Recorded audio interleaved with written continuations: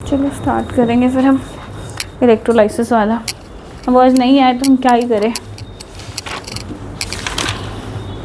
Next chapter कौन सा discuss किया था हमने? रिप्रोडक्शन स्टार्ट करेंगे। मुझे तो ऑलमोस्ट आपका सिलेबस वाइंड अप हो गया। मेरा इस चैप्टर के बाद हो जाएगा। अच्छा, यही तक आ रहा है आपका सितंबर में? मेरे को तो ये भी नहीं आ रहा, मेरा हो चुका सिलेबस। आपको तो कुछ आ ही नहीं रहा, आपको तो लास्ट में पता नहीं कैसे उड़ाएंगे। मुझे तो इस बात का वो है बहुत ज़्यादा। पहले केमिस्ट्री के पहले तो चैप्टर आ रहे हैं, लाइट प्रोसेस और कोऑर्डिनेशन आ रहा है। तो रिवाइज होता चला जाएगा आपको अभी से। और लाइट आ रही है, ठीक है।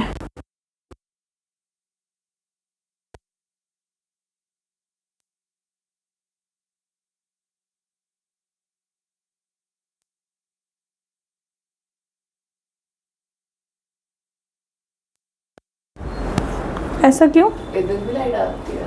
मैं इधर ब्लिंक कर रही है ना, वो मुझे तभी हाँ ब्लिंक कर रही थी वो। बताना ज़रा मुझे कि वो कब तक करवाएंगे फिर। यही कहती है तुम्हारी टीचर आई होप 10th में? होप किस चीज़ का? अभी आप हमारे पास क्या रह गया है? कार्बन रह जाएगा। कार्बन के साथ इलेक्ट्रिसिटी और मैग्नेटिज्म। मैग्नेटिज्म बहुत छोटा चैप्टर है, अगर आपको इलेक्ट्रिसिटी आ गई तो मैग्नेटिज्म भी आ जाएगा। हाँ, तभी तो वो कंबाइन ही कराऊंगी जब भी कराऊंगी। और सबसे बड़ा चैप्टर है आपका रिप्रोडक्शन। थोड़ा मतलब लंबा है, खींचने का लाइफ प्रोसेस नहीं खींचता चला गया। लाइफ प्रोसेस से भी लंबा? नहीं, उससे छोटा, उसी के साइज़ का कह लो आप, मतलब सेम है उनकी दोनों की लेंथ। तो सबसे बड़े चैप्टर में रिप्रोडक्शन और हेरिडिटी और आवर इन्वायरमेंट। बायो हमारे पास 3 पड़ी हुई है, फिजिक्स 2 पढ़ा है, केमिस्ट्री 1 पढ़ा है। तो इतना पढ़ाएंगे, मतलब इतना पढ़ा हुआ है। 6 चैप्टर अभी भी पढ़े हुए हैं। 6 कैसे है? बायो के 3 है, reproduction, heredity, our environment. Bio तो नहीं बड़ी है? हाँ जी। और अभी कार्बन अपने आप में अकेला ही है फिजिक्स दोनों चैप्टर के बराबर। समझाने में उसमें टाइम लगेगा। कोई सा कोवलेंट में ही कितना टाइम लगा, तो बॉन्डिंग से नेमिंग से नेम से देखते हैं ना। कोशिश तो मेरी पूरी है, सितंबर एंड अक्टूबर फर्स्ट वीक तक। तो जो नहीं आएगा तो उसको प्रैक्टिस करेंगे ना बाद में। उससे पहले हमें क्वेश्चन आंसर भी तो करने हैं, 3 घंटे वाला पेपर भी तो करना है। तो वही तो मैं सोच रही, कोशिश मेरी पूरी, पर मुझे लग नहीं रहा जिस स्पीड से हम जा रहे हैं। अगस्त में कितना ही हो जाएगा, 1 हफ्ता टेस्ट ही है, 1 हफ्ता हम पढ़ेंगे रिप्रोडक्शन पूरा। होप तो ख़त्म हो जाए 1 हफ्ते में। अगर हो गया तो ठीक ही है, नहीं होता है तो थोड़ा लंबा जाएगा। तो लास्ट वीक ऑफ अगस्त आ जाएगा हमारा। फिर अगले वीक सितंबर में हम बस 15 दिन पढ़ेंगे, क्योंकि उसका पेपर आ जाएंगे कईयों का कुछ हो जाएगा। तो लास्ट वीक ऑफ अगस्त नहीं तो फिर तो नवंबर में पढ़ेंगे हम। अक्टूबर देखना छुट्टियों में खिंचेगी। अक्टूबर छुट्टियों में जाए, फेस्टिवल्स वगैरह आते हैं, कुछ ना कुछ होता रहता है। ठीक है, नहीं होती बट हो जाता है कईयों के। आपको पेपर दे के ही आप आधे अक्टूबर को आओगे। एसएसटी वगैरह में तो ऑफ लेंगे ना आप लोग सारी चीज़ों, क्योंकि 80 नंबर वाला पेपर है, हम भी नहीं रोकते। आप वो लेके अपना पेपर अच्छे से कर लो, फिर उसके बाद आया करो। ये चीज़ें होती हैं। चलिए करते हैं। लिखो आपने क्या लिखा था? Extraction of top of the reactivity series या एक्टिविटी सीरीज। जो हमारे हाइयर कौन से होते हैं? हाईली रिएक्टिव वाले स्पीसीज होते हैं, वो वाले हैं कि सबसे लो वाले होते हैं? हाँ जी। इसमें लाइन लिखो, रिफाइनिंग ऑफ मेटल था, इसके अंदर लिखो the most important and widely used method. हमने बाकी सब में तो बस एग्जांपल लिख के। हाँ, इसमें नहीं, इसमें समझाना पड़ेगा ना। The most important and widely used method for refining impure metals, for refining impure metals and widely used method for refining impure metals is electrolysis refining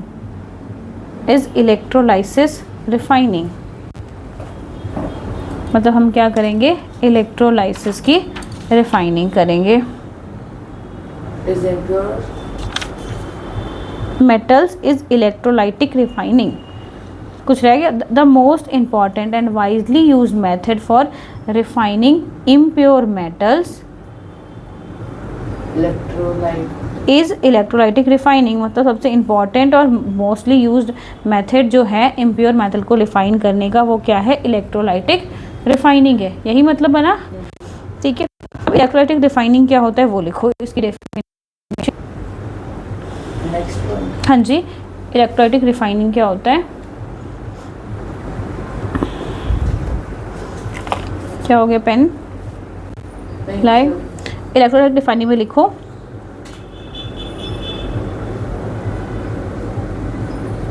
it is done by the process of electrolysis या it is done by the method of electrolysis, जो भी आपको ठीक लग रहा है। It is done by the method of electrolysis, लिखो metals like copper, zinc, next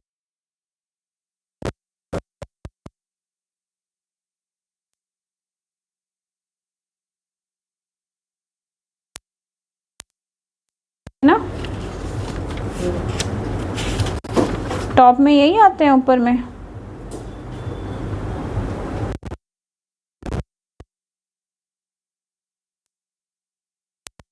potassium आता है। सोडियम आता है, पोटेशियम आता है ना। एक रिएक्शन लिखना, ज़रा लिखते हैं, लिखो एक्सट्रैक्शन ऑफ सोडियम मेटल। ये तो लिख लिया, प्रोसेस लिख लिया आपने यहाँ पे। इसके अंदर पॉइंट एक और है गया लिखने का, लिखो, लिख लिया आपने। इलेक्ट्रोलाइसिस डिफाइनिंग का मतलब done by the process of electrolysis. अब इसका पॉइंट नंबर ए लिखो, पॉइंट नंबर ए, हाँ ए बनाओ तो सही, मतलब इलेक्ट्रोलाइटिक रिफाइनिंग के अंदर का पॉइंट है ये, अच्छा कि मतलब एनोड पे क्या मिलेगा, कैथोड पे क्या मिलेगा, वो लिखवा रही हूँ। A thick block of impure metal, a thick block of impure metal, diagram, a thick block of impure metal is made, impure metal is made anode, is made anode, is made anode, क्या रह गया, anode लिख लिया। Bracket में लिखो it is positive terminal of the battery. समझ आया, जो चैम्बर आप बनाओगे उसमें जो एक रॉड लगाओगे, एक मोटी रॉड, वो मोटी रॉड क्या होगी, एनोड, और वो बैटरी के कौन से टर्मिनल से कनेक्टेड होगी, पॉजिटिव टर्मिनल से। कोई एक्टिव करेंगे ना, पूरी करनी ना, करके दिखाएंगे ना, तभी तो लिखवा रही हूँ उसके अंदर positive terminal of the pure metal. Thick a thin strip of impure metal, हाँ बी पॉइंट है। A thin strip of pure metal, पहले वाले में इम्प्योर था, सेकेंड वाले में प्योर है। A thick strip of pure metal is made cathode, is made cathode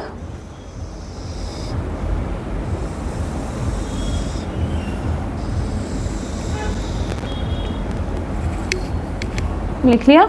इसमें लिखो it is connected to the negative terminal of the battery, bracket में करके it is connected to the negative terminal of the battery.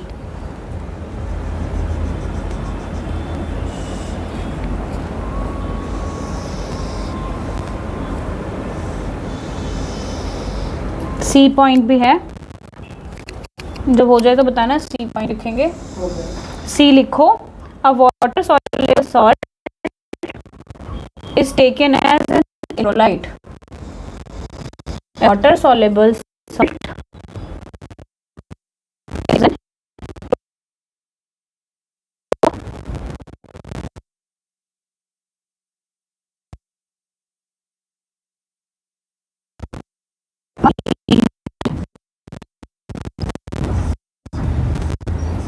बड़ा वाला डंडा होता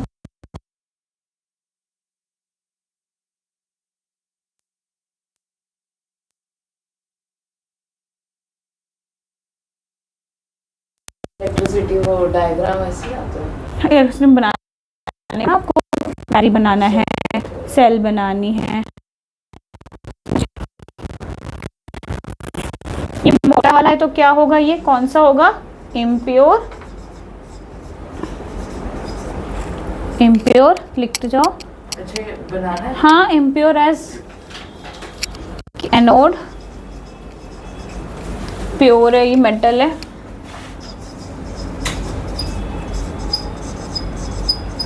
pure copper age cathode,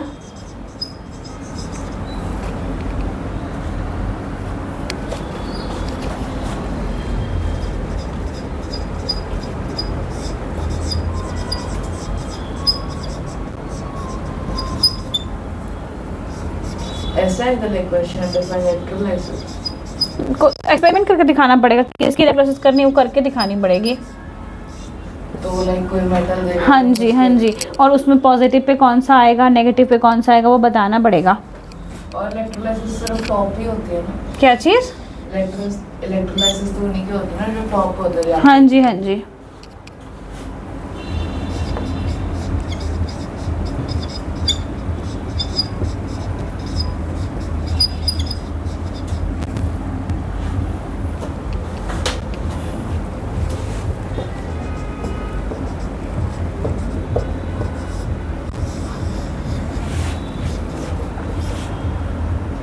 अगर आजकल ग्राफ्सिन और टेस्ट है तो टेस्ट तो होगा ही, वो कल क्यों एब्सेंट होगा वैसे? कह नहीं ना वो बीमार है, क्या पता ना ठीक हो जाए, भगवान करे ठीक वो।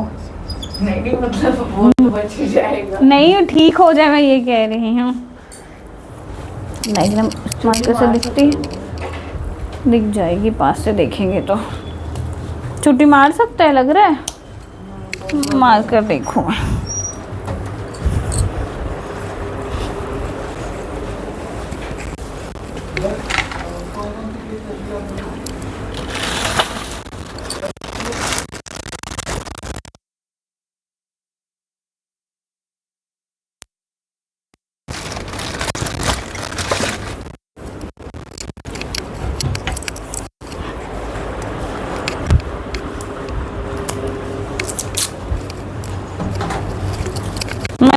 करके देखूंगी सुन आ रहा है, नहीं आ रहा, कोई नहीं आ रहा होगा तो छुट्टी। तनेश पे बीमारी है कह रहा है, मतलब तनिष नहीं आएगा जो तो वैसे ही नहीं आएगा। तो वो भी नहीं आएगा तो क्या करूँ? तो मैं अकेला दोबारा आऊँ? हाँ तो मैं दोबारा अकेला आऊँ? नहीं नहीं, बुलाऊंगी ही नहीं। टेस्ट बाद सैटरडे को लेंगे फिर हम। सैटरडे को तो तनिष पहले कह रहा हूँ बिल्कुल। कोई नहीं, बाकी जने आके दे देंगे टेस्ट फिर।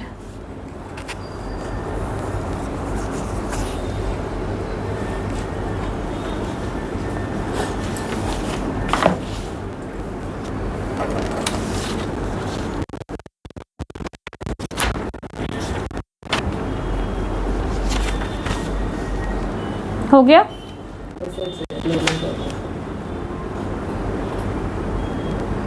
एक दो एग्जांपल्स करेंगे ना इसके हम।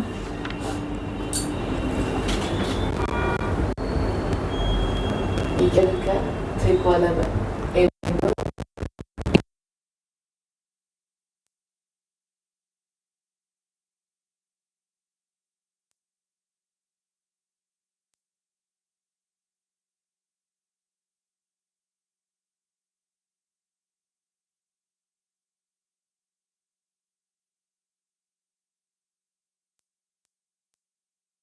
Of sodium metal.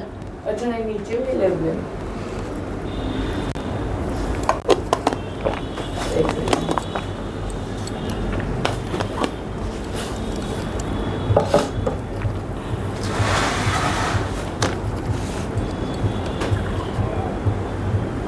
आपके पास है फिर बोर्ड का? हाँ अभी क्या चीज़? बोर्ड का है आपके पास अभी? देखना पड़ेगा, होगा। बोलो। दिखा दो तो क्लास में। देखती हूँ, निकाल के यहाँ पे रखा है कि घर पे ले गई हूँ, होगा तो दिखा दूँगी। एक पुराने वैसे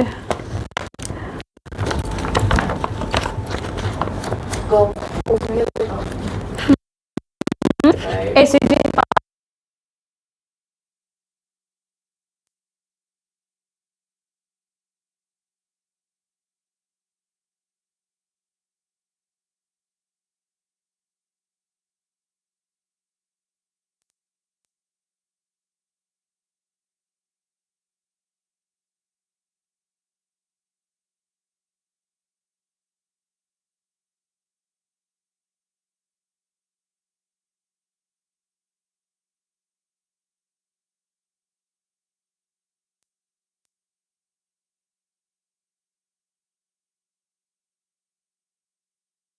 सेकेंड जवाब दोगे खुद से दोगे, मैम भी लेंगे आपका। हो गया भाई। ये हो गया। चलो एग्जाम्पल में लिखो एक्सट्रैक्शन ऑफ सोडियम मेटल। ये सब क्या है, हाईली रिएक्टिव है ना, सोडियम, कैल्शियम, मैग्नीशियम। तो हम एग्जाम्पल करेंगे। एग्जाम्पल में लिखो एक्सट्रैक्शन ऑफ सोडियम मेटल।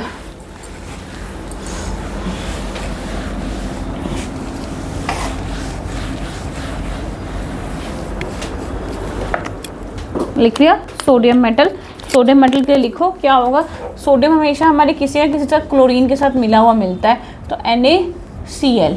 ठीक है, NaCl में क्या पास करना है, बिजली पास करना है, या तो एरो के ऊपर आप क्या लिख दो, इलेक्ट्रोलाइसिस लिख दो। किस में टूटता है आपको पता ही होगा, Na प्लस, होता है लाइटनिंग का सिंबल। ऐसे ऐसे ऐसे बिजली वाली होती है। हाँ हाँ, हाँ, कुछ पूरा जी नहीं होता, ऐसे इलेक्ट्रोलाइसिस को ऐसे ही होता है। ठीक है, तो Na अगर 2 में टूटेगा ना, Cl2। ठीक है, यहाँ पे ये क्या हो गया, इसको कहते हैं क्लोरीन गैस, और ये क्या हो गया आपका सोडियम मेटल।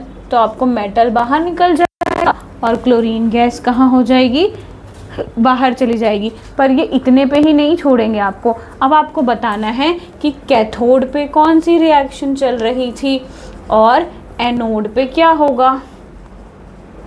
समझ आ रहा है, अब लिख क्या रही हूँ मैं, हाँ। इलेक्ट्रोलाइसिस ही करके निकाल रहे होगे ना, बिजली पास करी ना मैंने, तो कुछ ना कुछ हुआ होगा। तो कैथोड पे कौन, कैथोड का मतलब क्या होता है, नेगेटिव। तो उसके पास कौन जाएगा, सोडियम वाली चीज़ें जाएंगी, सोडियम। ठीक है, इसमें क्या होगा, प्लस। इसने कितने इलेक्ट्रॉन क्या किए होंगे, लूज़ किए होंगे या गेन किए होंगे। हमेशा इलेक्ट्रॉन क्या करता है, सोडियम लूज़ करता होता है, तो ई नेगेटिव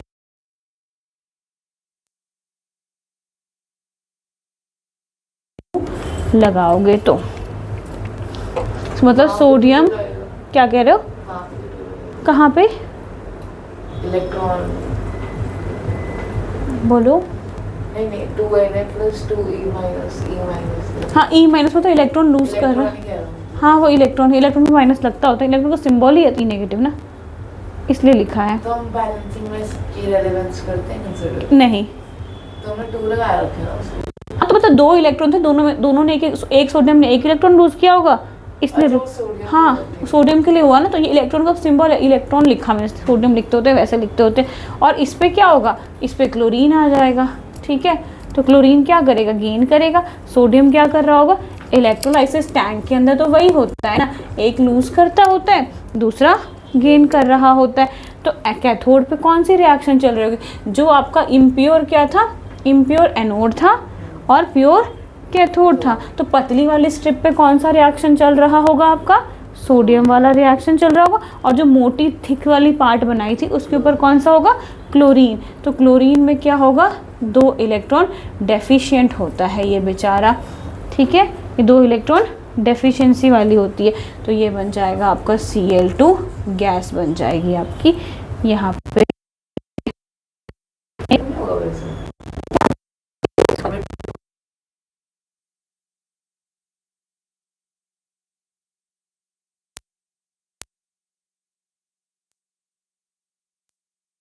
हाँ, ऐसे मत,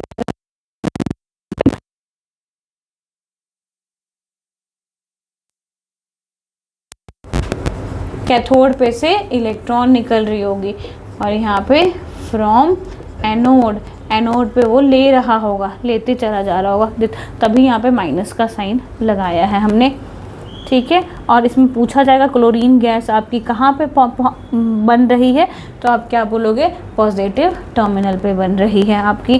ठीक है, chlorine gas is formed at positive electrodes, formed at positive electrodes. तो इस सब का क्वेश्चन कैसा आता है? आपको आएगा कि सोडियम क्लोराइड की इलेक्ट्रोलाइसिस आपने करी, तो बताओ एनोड पे और कैथोड पे कौन सी रिएक्शन हो रही होगी और क्लोरीन गैस किस पे बनेगा। ठीक है, हमेशा अगर क्लोरीन क्या होता है, नेगेटिव होता है ना, तो हमेशा पॉजिटिव टर्मिनल पे बनेगा। और कुछ ना भी याद रहे तो क्लोरीन होता कैसा है, नेगेटिव होता है, तो ये पॉजिटिव ही बनेगा। लगा थोड़ा थोड़ा पता, बहुत कम। नहीं पता लग गया। चलो फिर एक और एग्जांपल करके देखते हैं। एक्सट्रैक्शन ऑफ एल्यूमिनियम मेटल करते हैं। ये किसका, कर लो, पहले हमने सोडियम मेटल किया, अब हम करेंगे एल्युमिनियम का मेटल, Al को निकालेंगे। Al में कौन सी गैस निकलेगी? एल्युमिनियम ऑक्साइड होता है, तो ऑक्सीजन है। ऑक्सीजन कैसी होती है, पॉजिटिव की नेगेटिव? ऑक्सीजन पॉजिटिव होती है। अच्छा नहीं, नेगेटिव। ऑक्सीजन क्या होता है पक्का? नेगेटिव होती है। तो आपको क्या लगता है कहाँ पे प्रोड्यूस होएगी? और Al क्या होता है? एल्युमिनियम भी 3 पॉजिटिव होता है। कोई रिएक्शन करके पता चलेगा आपको। ये हो गया, नोट डाउन कर लिया आपने? अच्छा ठीक है।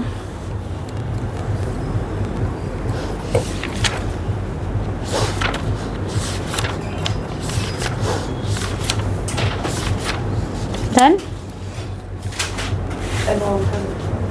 हाँ जी लिख लो। दिख भी रहा है कोने में? इधर दिख रहा है? मैं उधर से ही लिखूंगी अब। ब्लू मार्कर विजिबल है इसमें? ब्लू तो विजिबल है। हो गया। अब हम कर रहे हैं extraction of aluminium metal, Al का कर रहे हैं। हेडिंग डाल लो, एल्युमिनियम मेटल एक्सट्रैक्शन।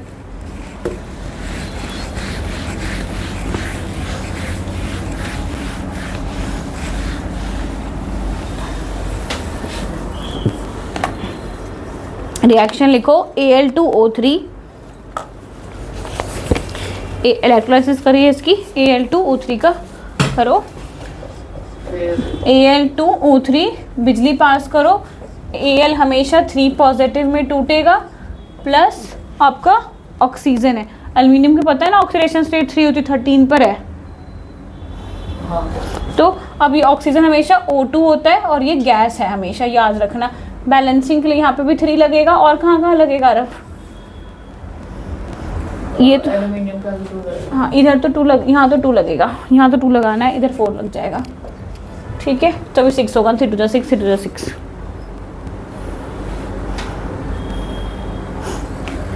ये इलेक्ट्रोलाइसिस के बाद प्रोडक्ट का समझा सकते हो? इलेक्ट्रोलाइसिस के प्रोडक्ट ये बनता कैसे आपको ये पता है? कंबाइन कैसे हुआ है? Al2O3 समझ आ गया, वो हाँ। क्रॉस मल्टीप्लाइंग से होगा। ठीक है, तो इसमें एक मेटल है, एक नॉन मेटल है। एल्युमिनियम क्या है? मेटल होता है, तो हमेशा एक मेटल बनेगा और एक गैस बनेगा। ठीक है, एक मेटल और एक गैस। सोडियम वाले में सोडियम मेटल बना था, क्लोरीन गैस बना था, तो इसमें ऑक्सीजन बना है आपका।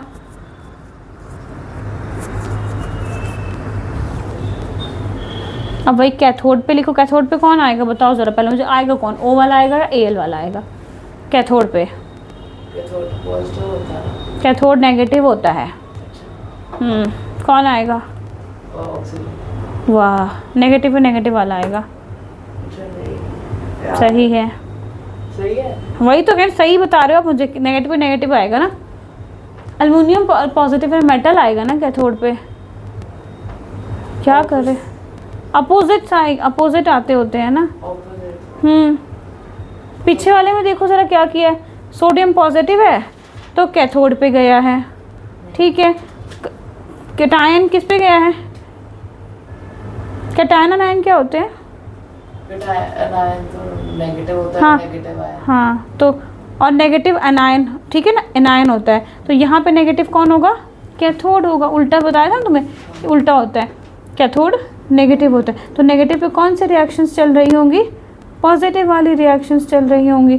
तो अब इस वाले केस में इसमें कैथोड पे कौन सी रिएक्शन चलेगी अब बताओ?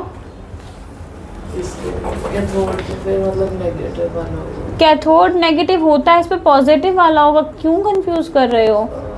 कैथोड फिर नेगेटिव। एल्युमिनियम आएगा। हाँ, तो बताओ फिर इतनी क्यों दिक्कत हो रही है? और नेगेटिव पॉजिटिव वो तो होगा, फिर लो, फिर तुम फंसते रहोगे। बनाओ रिएक्शन ज़रा एल्युमिनियम वाली। एल्युमिनियम 3 पॉजिटिव आयन है, सर पे हाथ रख लिया है पकड़ के, पता नहीं आपने। अब देखो आरव लिखने का तरीका, जितना पॉजिटिव है ना ऊपर, सोडियम में 1 था ना और 2 एलिमेंट थे तो 2E लिखा था ना। यहाँ पे एक ही बंदा, एक ही पास कितने होते हैं? 3, तो चुपचाप 3E लिख दूंगी। ठीक है, अगर ये Al यहाँ पे 2 होता तब शायद मुझे यहाँ पे कुछ और नंबर लिखना पड़ता, 6 लिखना पड़ता। ठीक है ना, क्योंकि 1 के लिए 3 तो 2 के लिए 6। सोडियम के केस में कितना? सोडियम हमेशा 1 लूज करता था ना, पर सोडियम यहाँ पे कितना था? 2 था, तब करके मैंने 2 इलेक्ट्रॉन लिखा था। ठीक है, इसमें कितने हैं? एल्युमिनियम एक अकेले के पास 3 होता है, तो मैंने एल्युमिनियम लिया, तो उसमें 3 इलेक्ट्रॉन्स उसने क्या कर दिया? लूज़ कर दिए हैं। ठीक है, और तब क्या बन जाएगा? ये वापस एल्युमिनियम का एटम बन जाएगा। ये आपका एटम एल्युमिनियम का बन के तैयार हो गया। उसमें सोडियम का बनाया था, सीधा सोडियम एटम बनाया था। बहुत कंफ्यूजिंग है मुझे लगता है आपके लिए। इतना क्यों कंफ्यूज हो रहे हो? मेरे को नेगेटिव पॉजिटिव का पता लग रहा है। रटो एक दिन बैठ के। हाँ बोलो क्या? आयन मतलब नेगेटिव होता है। हाँ, लेकिन जो एनोड होता है वो पॉजिटिव होता है, उल्टा होता है। हाँ, वो वो आयंस में उल्टा होता है, बैटरी में अलग होता है। बैटरी में कैथोड नेगेटिव और उसमें कैटायन पॉजिटिव होता है। ये आपको रटता भी, मैंने अनायन बस एक लर्न करवाया था कि उससे आपको चीज़ें याद रहेगी। एट एनोड, एनोड को पॉजिटिव कहते हैं। इस पे से जो O2 नेगेटिव वाले जो होते हैं भाई, ऑक्सीजन नेगेटिव वाली जो चीज़ें होती हैं वो आएंगी। इसमें क्या करेंगे? माइनस करेंगे। कितने करेंगे मुझे बताओगे यार? अब एक O के पास तो 2 इलेक्ट्रॉन है। 4 हाँ जी बच्चे, ठीक है, 4E। ठीक है, अब तो ये लिखना तो आ जाएगा आपको, इसमें लिखने में अब गड़बड़ नहीं होगी, करते करते ही आएगा। ये क्या बन गया? ऑक्सीजन का गैस बन गया है। तो ऑक्सीजन गैस आपको कहाँ पे मिली बताइए? एट एनोड पे, क्योंकि ऑक्सीजन नेगेटिव होती है। ऑक्सीजन नेगेटिव होता है ना हमेशा, तो आपको किस टर्मिनल पर मिलेगी? जाके पॉजिटिव टर्मिनल पर मिलेगी। तो क्वेश्चन ऐसे ही पूछेंगे आपसे, ठीक है, कि आपकी ये गैस किस पे फॉर्म होगी, ये गैस किस टर्मिनल पर फॉर्म होगी, वैसे बताना है आपको। तो ये भी फॉर्म्ड हो गई आपकी पॉजिटिव टर्मिनल पे। शायद थोड़ा थोड़ा कुछ समझ आने की कोशिश हो रहा हो धीरे धीरे। हाँ, एक और एग्जाम्पल करोगे? ठीक है, उसमें सारी चीज़ खुद बताओगे ना? लिखो कॉपर सल्फेट सॉल्यूशन।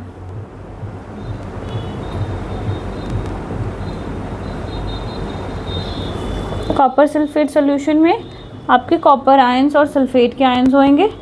बनाओ ज़रा इसका। At anode at cathode. CuSO4 हाँ, फिर CuSO4 का इलेक्ट्रोलाइसिस करो। क्या आ जाएगा? कॉपर 2 पॉजिटिव और SO4 2 नेगेटिव।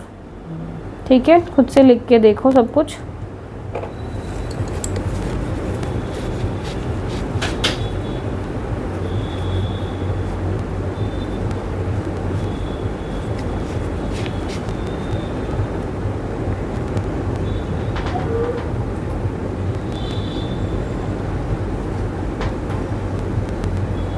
अटक रहे हो? कैथोड में कॉपर होगा। कैथोड में copper हाँ, होगा। क्योंकि मेटल है। ठीक है, कॉपर 2 पॉजिटिव होता है, तो इलेक्ट्रॉन कितना लगेगा?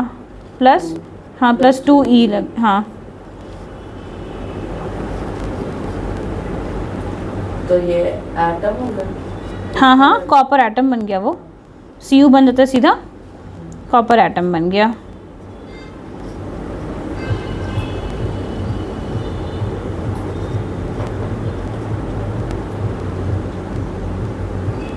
तो सल्फेट पे 8 इलेक्ट्रॉन, क्या कहते हो? SO4 2 negative.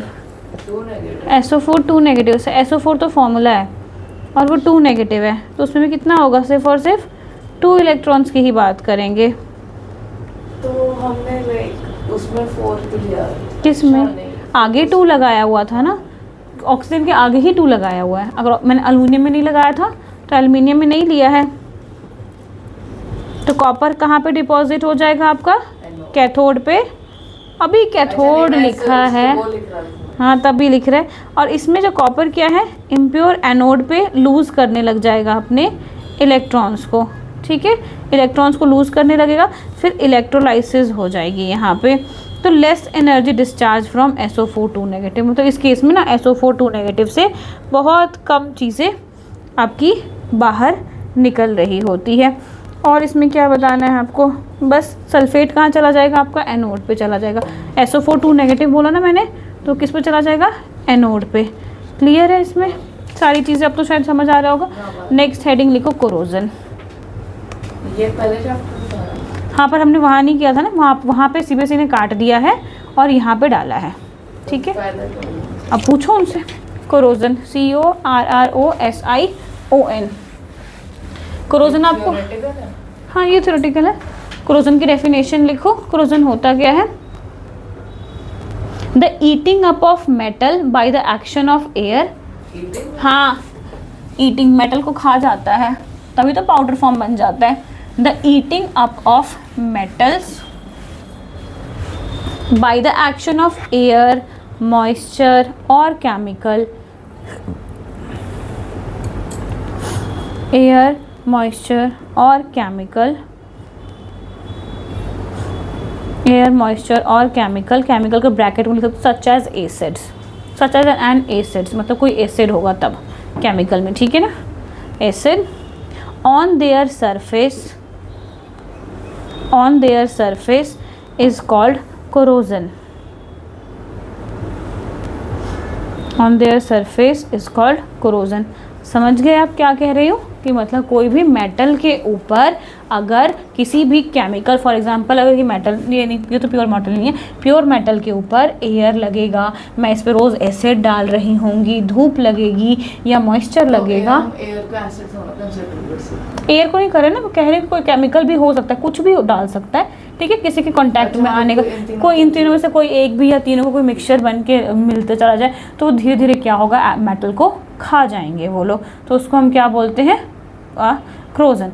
अब नेक्स्ट पॉइंट बोलो। मॉइस्चर लाइक नमी, नहीं मॉइस्चर का मतलब जो हवा में भी नमी होती है, हवा में भी मॉइस्चर है, पता है ना कि आपको, मतलब जो ह्यूमिडिटी होती है। हाँ जी हाँ जी, ह्यूमिडिटी वगैरह जो होती है तो उसमें भी हमारे पास मॉइस्चर होता है, तो उसको भी हम कंसीडर करेंगे। तो इसमें नेक्स्ट पॉइंट लिख दो, the corrosion of iron is known as rusting.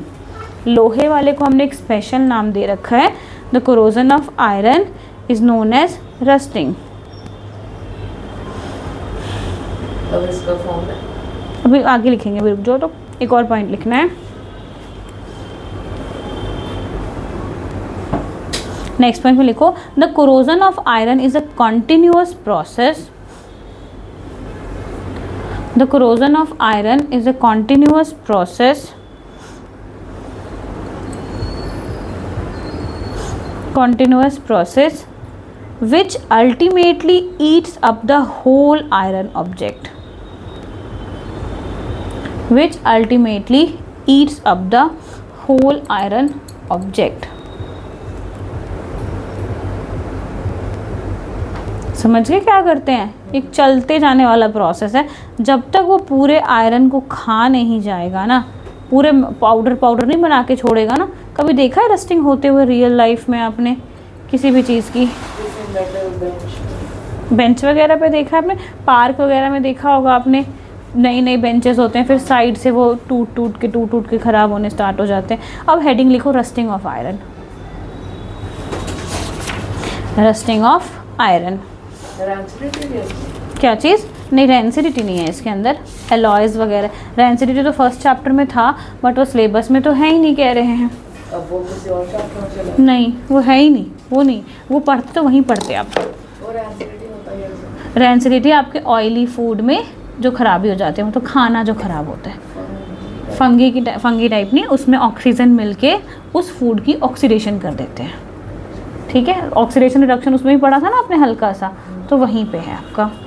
इसके आपके आ रहा है क्या, ठीक है, लिखो। वैसे हमें शायद आ रहा है, अगर आ रहा होगा ना तो एग्ज़ाम से पहले या कभी भी जब चैप्टर ख़त्म हो जाए तो पूछना, ठीक है। मुझे याद नहीं रहेगा, आपको खुद ही याद करके पूछना पड़ेगा कि हाँ मुझे बता देना, ठीक है। लिखो, when an iron object is left in damp air, या डैम्प एयर ये है। When an iron object is left in damp air, मतलब हमने कोई लोहे का सामान को खुले हवा में छोड़ दिया है, फॉर अ कंसिडरेबल टाइम, बहुत टाइम के लिए, for a considerable time, comma लगा दो,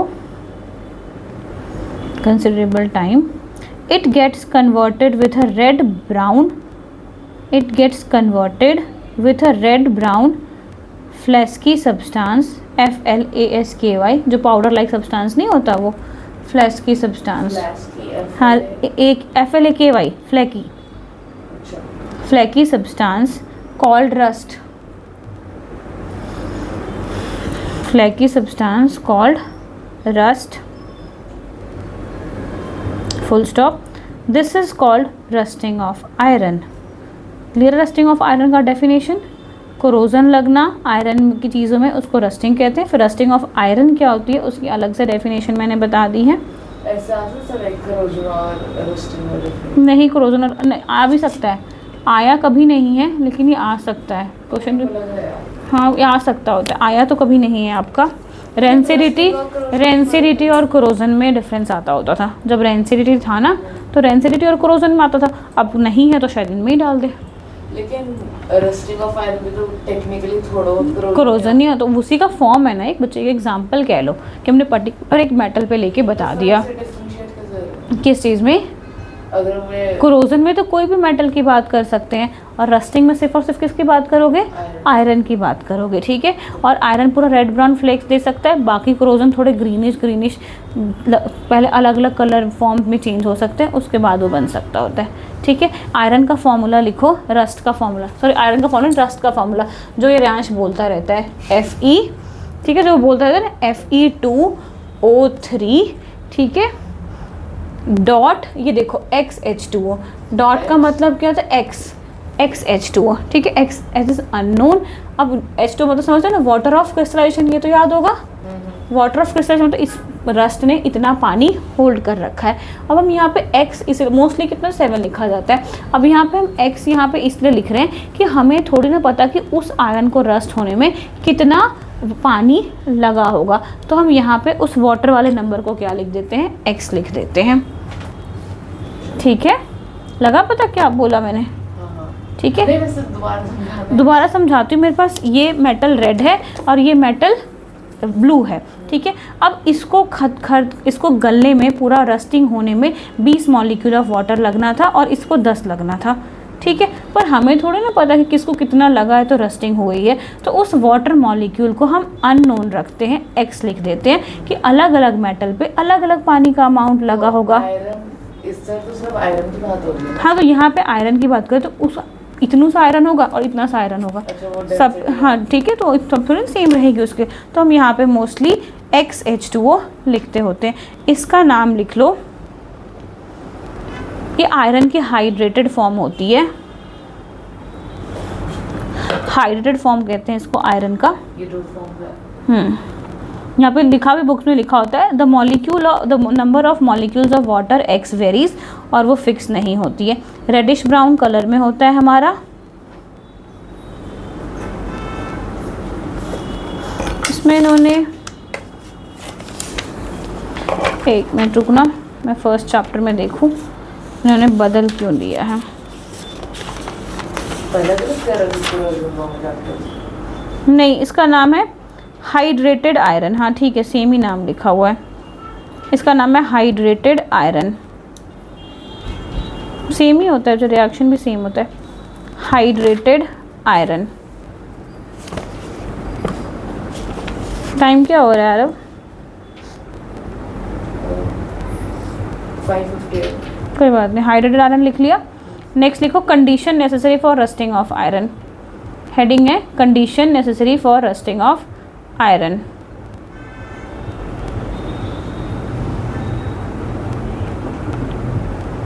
necessary for rusting of iron.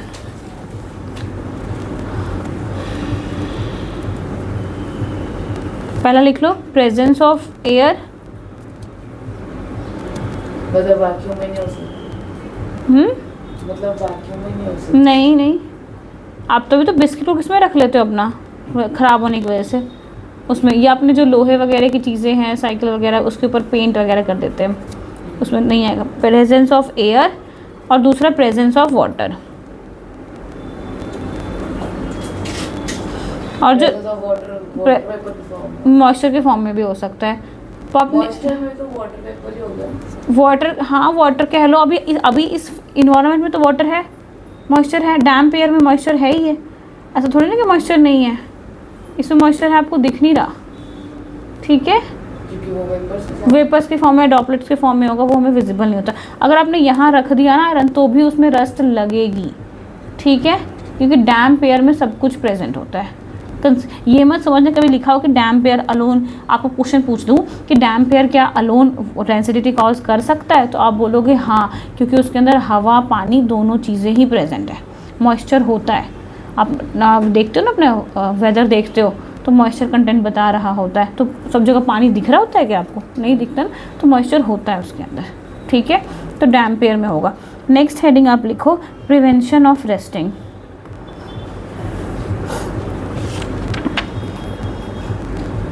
Rusting सिर्फ आयरन में होती है। हाँ जी, प्रिवेंशन ऑफ रस्टिंग। तो आयरन स्पेसिफिकली आयरन मेटल है ना, सबसे ज़्यादा रिएक्ट करता है, मोस्टली यूज़ होता है यही।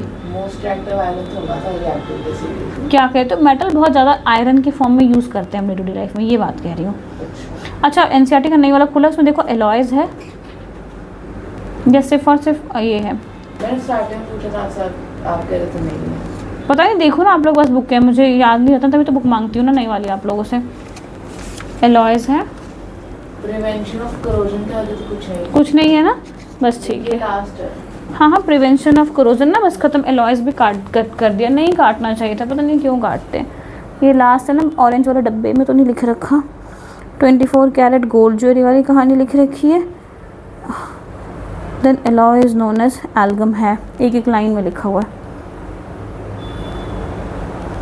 अच्छा, मतलब अलग से टॉपिक नहीं दे रखा इन्होंने, छोटा सा लिख रखा है, ठीक है, लिखो। अभी तो प्रिवेंशन, हाँ प्रिवेंशन लिख रहे हैं, पहला लिखो rusting of iron can be prevented by painting. तो बेंच भी तो पेंटेड ही होता है, तो वो पेंट धीरे धीरे उड़ेगा नहीं। अब इतना बस याद रखो, हम प्रिवेंशन पढ़ रहे हैं, ठीक है, क्योर नहीं पढ़ रहे हैं, ठीक है। प्रिवेंशन का मतलब समझ लो आप लोग कि हम उसको थोड़े टाइम तक एक्सटेंड कर सकते हैं। क्या फ्रिज में सब्जी रखते हो, दाल रखते हो तो वो ख़राब नहीं होती है? होती कितनी टाइम, अगर जो बाहर रखा हुआ कटोरी आपने, तो वो शायद सुबह से शाम तक ख़राब हो जाएगी। उसमें हम बस क्या कर देते हैं, डिले कर देते हैं, ऑक्सीडेशन का टाइम रोक देते हैं। तो आप बेचारे समझो तो उस लोहे के ऊपर आपने 2-3 शील्ड लगा दी है, तो थोड़े टाइम तक लंबा चल जाएगा वो बेंच। अगर नहीं लगाई होती तो वो 10 साल की जगह 2 साल में गल जाता, वो बेंच ख़राब हो जाता, ठीक है। तो पहला क्या हो गया आपका, बाई पेंटिंग। उतना टाइम लगता है रस्टिंग के लिए। हाँ जी, जितना मोटा होगा लोहा उतना टाइम लगेगा, ठीक है। पहला, सेकंड पॉइंट लिखो प्रिवेंटेड बाय अप्लाइंग ग्रीस और ऑयल। किस में लगती है, साइकिल में लगाते हो गया, मोटर बाईसाइकिल्स में चेन वगैरह जो होती है, चेन पे लगा होता है ना ग्रीस, वो उसके लिए काम आती है। तो प्रिवेंटेड बाय अप्लाइंग ग्रीस और ऑयल, ऐसे, हाँ जी, ग्रीस और oil. Third point prevented by galvanisation, बताती हूँ, GALVANISATION, प्रिवेंटेड बाय गैल्वेनाइजेशन। आगे GALVA गैल्वे, हाँ, NISATION, गैल्वेनाइजेशन। गैल्वेनाइजेशन मैम को बोल दो, मैम बस थोड़ी देर और 2-4 मिनट और, ठीक है। प्रिवेंटेड बाय गैल्वेनाइजेशन, ठीक है। अब इसके आगे डेफिनेशन भी लिख लो, the process of depositing a thin layer, नहीं गैल्वेनाइजेशन की डेफिनेशन लिख लो, आगे इसी में लिख लो। हाँ, the process of depositing a thin layer of zinc metal, thin layer of zinc metal. Zinc highly reactive था आरव या लो रिएक्टिव था, कौन बताए? हाँ, जिंक हाईली नहीं, थोड़ा सा बीच में आता, थोड़ा सा नीचे आता है। जिंक मोस्ट रिएक्टिव के बीच में, हाँ बीच में, मतलब बिल्कुल ही ऊपर नहीं है, थोड़ा सा नीचे होता है, ठीक है। तो कह रहा this process is the process of depositing a thin layer of zinc metal on iron objects is known as galvanization.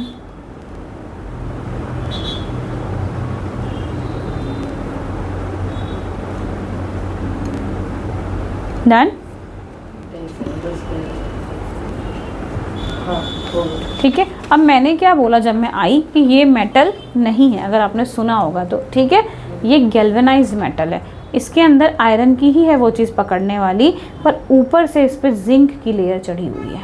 तो शाइनी शाइनी सा सरफेस दिख रहा है ना आपको, प्योर नहीं रह सकती। ऊपर से हमने क्या चढ़ा रखा है हैंडल में, जिंक की लेयर। अब ये जिंक की लेयर क्या चीज़ में हेल्प करेगी, अंदर का जो वो लोहा था उसको बचा के रखने में हेल्प करेगी।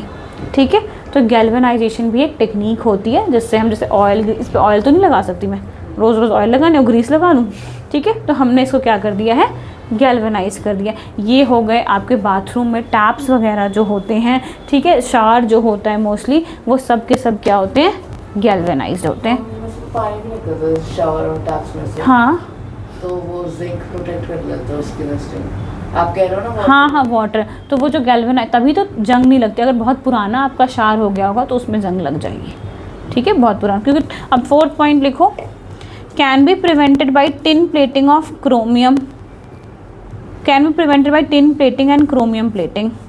एक तो जिंक प्लेटिंग कर दी आपने, दूसरी क्या करोगे, tin plating and chromium plating, tin plating and chromium plating. जैसे आपने इसके ऊपर लेयर चढ़ाई है वैसे ही हम करेंगे, tin plating and chromium plating. इसका भी नाम है? नहीं, इसका कोई नाम नहीं होता, इसका एग्जांपल लिख लो, लाइक टिफ़िन बॉक्सेस, स्टील के जो टिफ़िन बॉक्सेस होते हैं ना, उस पे होती है टिन और क्रोमियम की प्लेटिंग। लिख दो, टैप्स जो यूज़ होते हैं हमारे वॉशरूम्स में, उस पे भी टिन और क्रोमियम की प्लेटिंग होती है।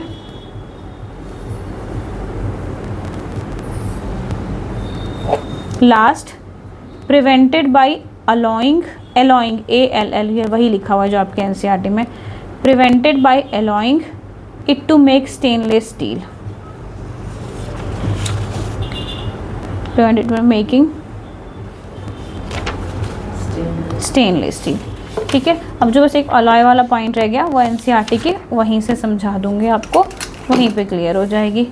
ठीक है बच्चे, ठीक है, और ये चैप्टर भी आपका यहाँ पे ख़त्म होगा। मैं पेपर देखती हूँ, अगर मिल रहा है तो मैं आपको दे देती हूँ। ठीक है, समझ आ गया सारा आज का।